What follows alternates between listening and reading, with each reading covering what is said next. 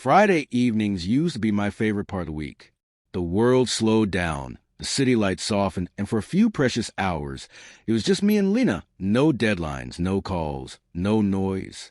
We would order pizza, curl up on the couch, and watch old movies we'd seen a dozen times before. She'd fall asleep halfway through, her head on my shoulder, and I'd sit there quietly, afraid to move, afraid to disturb the peace that felt almost sacred.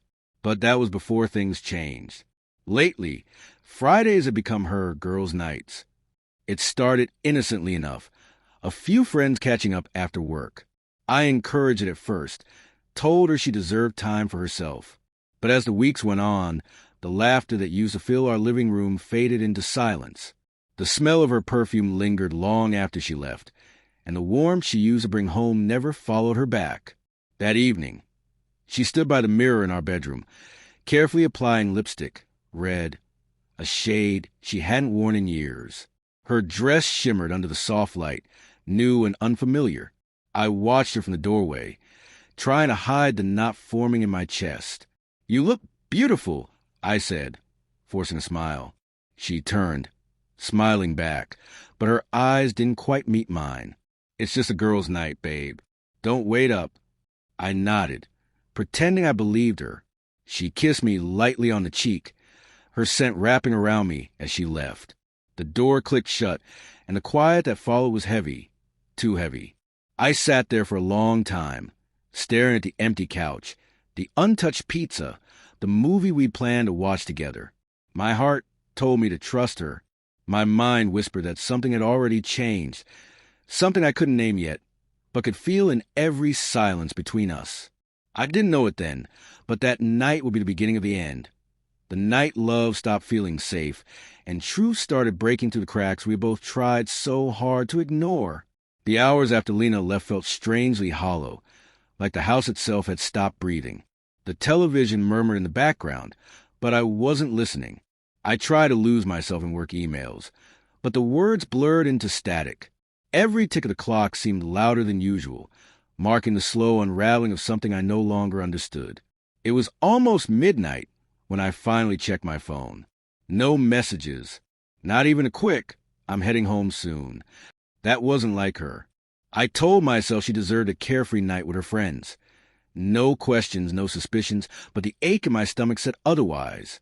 Her laughter echoed in my memory, but now it carried a different tone, lighter, distant, rehearsed. The kind of laugh people use when they're hiding something. I poured myself a drink, trying to quiet my thoughts. The amber liquid burned down my throat, sharp and familiar. My phone buzzed on the counter, and my heart leapt, but it wasn't her. It was a message from Maya, one of her closest friends. Only, it wasn't meant for me. "You sure he bought the story?" The message glowed on my screen for a full 10 seconds before my mind caught up. My iPad was still linked to Lena's account. I stared at the words, my pulse hammering in my ears. "Bought the story? What story?" I tried to breathe, but my chest tightened. A cold wave of realization washed over me. The late nights, the perfume, the sudden secrecy. Pieces that once seemed harmless now fell perfectly into place, forming an image I didn't want to see. For a moment, I just stood there, the room spinning around me. Then something inside me shifted, not anger, not heartbreak, but a kind of clarity I'd never felt before. If she had lied, I needed to know the truth. I grabbed my keys and walked out into the night. The air was cold and sharp against my skin, carrying the faint hum of the city. My phone still showed her location. She'd forgotten to turn it off after our last trip. My heart pounded as I started the car. The road ahead was empty, but my thoughts were anything but. That night, I wasn't chasing her. I was chasing the truth. The city was alive that night. Headlights streaming like restless thoughts, music spilling from bars, strangers laughing on sidewalks. I drove through it all, numb and silent, the steering wheel cold beneath my hands. Her location blinked steady on my phone screen, like a pulse I couldn't ignore. When it stopped moving, my breath did too. It wasn't a restaurant. It wasn't a friend's house. It was a hotel, one of those polished, glass-fronted ones downtown, the kind you book when you want privacy, not rest. I parked across the street, hands trembling slightly. Every rational part of me screamed to go home, to stop before I saw something I couldn't unsee. But curiosity born of pain is stronger than reason. It feeds on what it fears. Through the lobby window, I saw her. Lena. She looked radiant, almost unrecognizable, laughing, her eyes bright in a way I hadn't seen in months. She wasn't alone. A man stood beside her, tall, easy smile, hand resting casually at her lower back as they checked in. My throat tightened. The world seemed to blur around the edges, but their figures stayed sharp, cruelly clear. I didn't move. I didn't shout. I just watched, the way you'd watch a stranger living a life you thought belonged to you. When they disappeared into the elevator, I finally exhaled, slow, shaky, broken. My hands fell from the steering wheel, landing uselessly in my lap. I sat there for what felt like hours, staring at nothing, trying to process the impossible. It wasn't a betrayal that destroyed me. It was a realization that she had been living two lives, and I hadn't even seen the cracks forming. I had trusted her smile, her touch, her late-night excuses. Because love, in its blindest form, demands belief even when the truth is screaming. I drove home before dawn. The city was quiet now, the streets empty. In the mirror, I caught a glimpse of myself. Eyes red, face hollow, the kind of expression that comes only when trust dies slowly. When I walked into our bedroom, her perfume still lingered in the air, soft and haunting. The bed was neatly made, untouched on her side. I sat down and stared at her pillow, wondering how many nights she had come home pretending nothing had happened. My heart didn't rage. It mourned, not for her, but for the man I had been before that night, the one who believed honesty was enough to keep love alive. In that silence, a decision began to take root. I wouldn't confront her right away. I wouldn't scream or accuse. No! She would see what she'd done, not through anger, but through truth. And that truth would be the only thing left between us. The next morning, Lena returned home as if nothing had happened. She slipped quietly through the door, her makeup washed off, her hair tied in a loose bun. She smelled faintly of someone else's cologne, something sharp, unfamiliar, impossible to miss. "Morning," she said, her voice too calm, too careful. "Morning." I replied, pretending to read the newspaper. My heart felt heavy, but my face stayed still. She kissed my cheek, the same way she always did, and headed for the shower. I watched her disappear down the hall, and something inside me hardened, not hatred, not even anger, but resolve. For 7 years, I had loved her with every piece of myself. Now, I needed to protect what little of me was left. Over the next few days, I played my part perfectly. I smiled when she smiled, asked about her day, laughed at her stories. I learned how to wear calm like armor. Every moment of kindness I offered. Wasn't love anymore, it was patience, the quiet before the truth. At night, when she slept beside me, I scrolled through her messages, each one another blade pressed against my heart. Screenshots, timestamps, photos. I saved them all. Proof, not for revenge, but for closure. I needed to see it clearly, to understand that this wasn't misunderstanding or mistake. It was a choice she made, over and over again. By the end of the week, I had a plan. I told her I'd booked a small cabin by the lake, a weekend getaway. Just the two of us. Her eyes lit up with something close to relief. She smiled and hugged me, whispering, "I've missed this, missed us." I held her, feeling the weight of her words press against a truth she didn't yet know. If she wanted peace, I'd give her one last moment of it. If she wanted illusion, I'd let her live inside it, just long enough to see how fragile it really was. This wasn't revenge. It was revelation.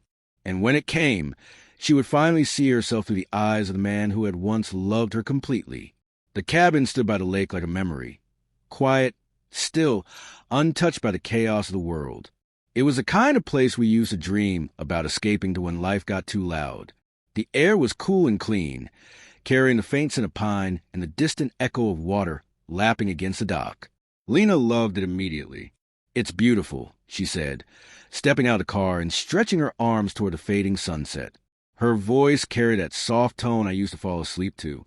For a moment, it almost felt like old times. Almost. I smiled. I thought you'd like it. The first day passed in quiet perfection. We cooked together, played cards, drank wine by the fire. Lena laughed easily, the tension in her shoulders melting away. She leaned against me as if nothing between us had ever cracked.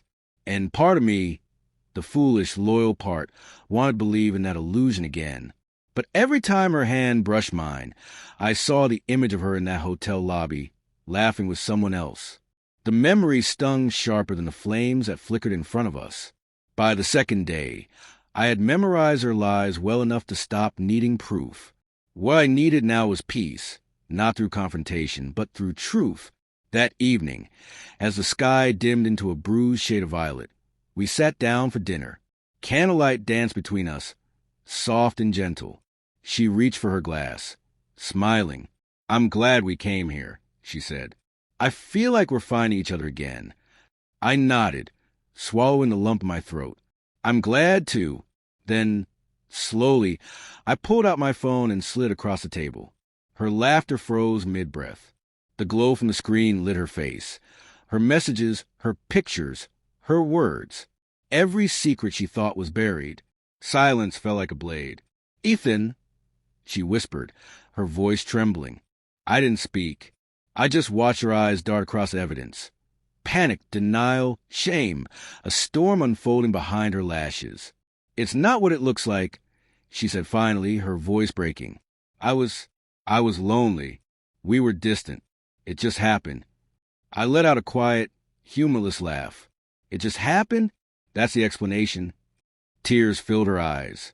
"I never meant to hurt you. I swear I still love you." I looked at her, really looked, and for the first time I didn't see my wife.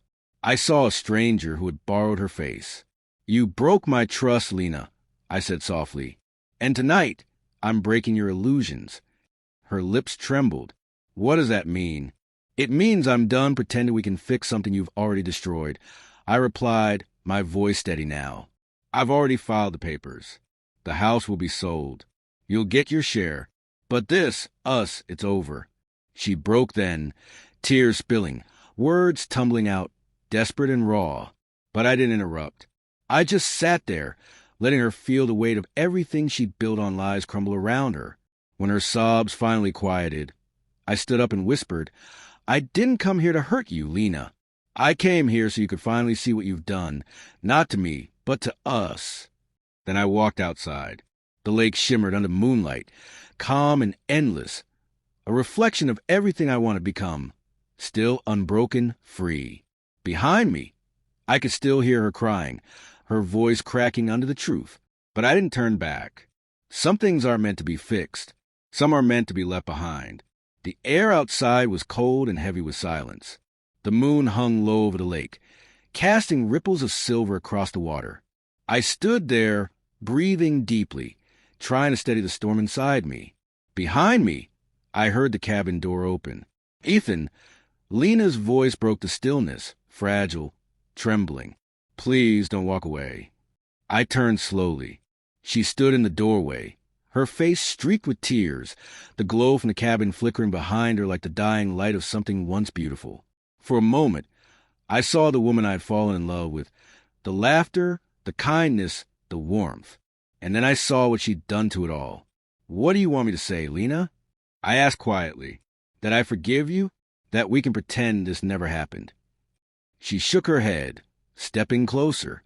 "No, I want to explain. I didn't plan any of this. It just happened?" I cut in, my voice sharper than I intended. "You keep saying that, like you tripped and fell into someone else's arms." She flinched, her breath hitching. "You don't understand." I felt invisible. "Ethan," we stopped talking. "You stopped looking at me the way you used to." Her words hit hard, not because they were wrong, but because part of them were true. We had drifted. Life had swallowed us whole. Work, bills, routine. But betrayal isn't born out of neglect. It's born out of choice. I stepped closer, lowering my voice. "You could have told me you were lonely. You could have screamed, fought, demanded something more. Instead, you lied. You made me believe everything was fine while you lived another life behind my back." Her tears fell faster. I hated myself for it every day. I wanted to stop, but you didn't. I finished for her. She covered her face, her shoulders shaking. I love you, Ethan. Please don't leave me like this. I looked at her, the woman I'd once promised forever to. And maybe I still loved her, but love without trust is just a wound that never heals. I'll always love who you were, I said quietly, but not who you become. Her sobs filled the silence that followed. I turned away, walking toward the lake's edge. My reflection wavered in the water, the same man, but changed forever. Behind me, Lena whispered, "Is this really the end?" I didn't look back. It ended the night you stopped being honest.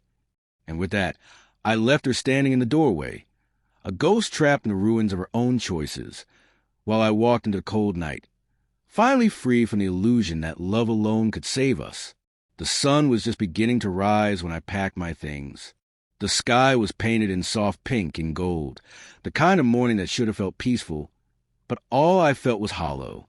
The cabin was silent, except for the faint sound of Lena crying in the bedroom. I paused by the doorway for a moment, looking back at her. She sat on the edge of the bed, her face buried in her hands. There was no anger left in me, only a deep, tired ache. "I'm leaving the keys on the counter," I said softly. She didn't respond. I stepped outside and took one last look at the lake. The surface was perfectly still, reflecting the sunrise like glass. I thought about how calm it looked, and how easily the surface could shatter if you threw something heavy enough into it. Trust was like that. I realized, once broken, it never really returned to what it was. The drive home felt longer than usual. Every song on the radio sounded distant, every mile pulling me further from the life I'd once known. When I reached the house, I moved through it slowly, gathering what was mine. Her perfume still lingered on the curtains. Her laughter seemed to echo faintly in the walls.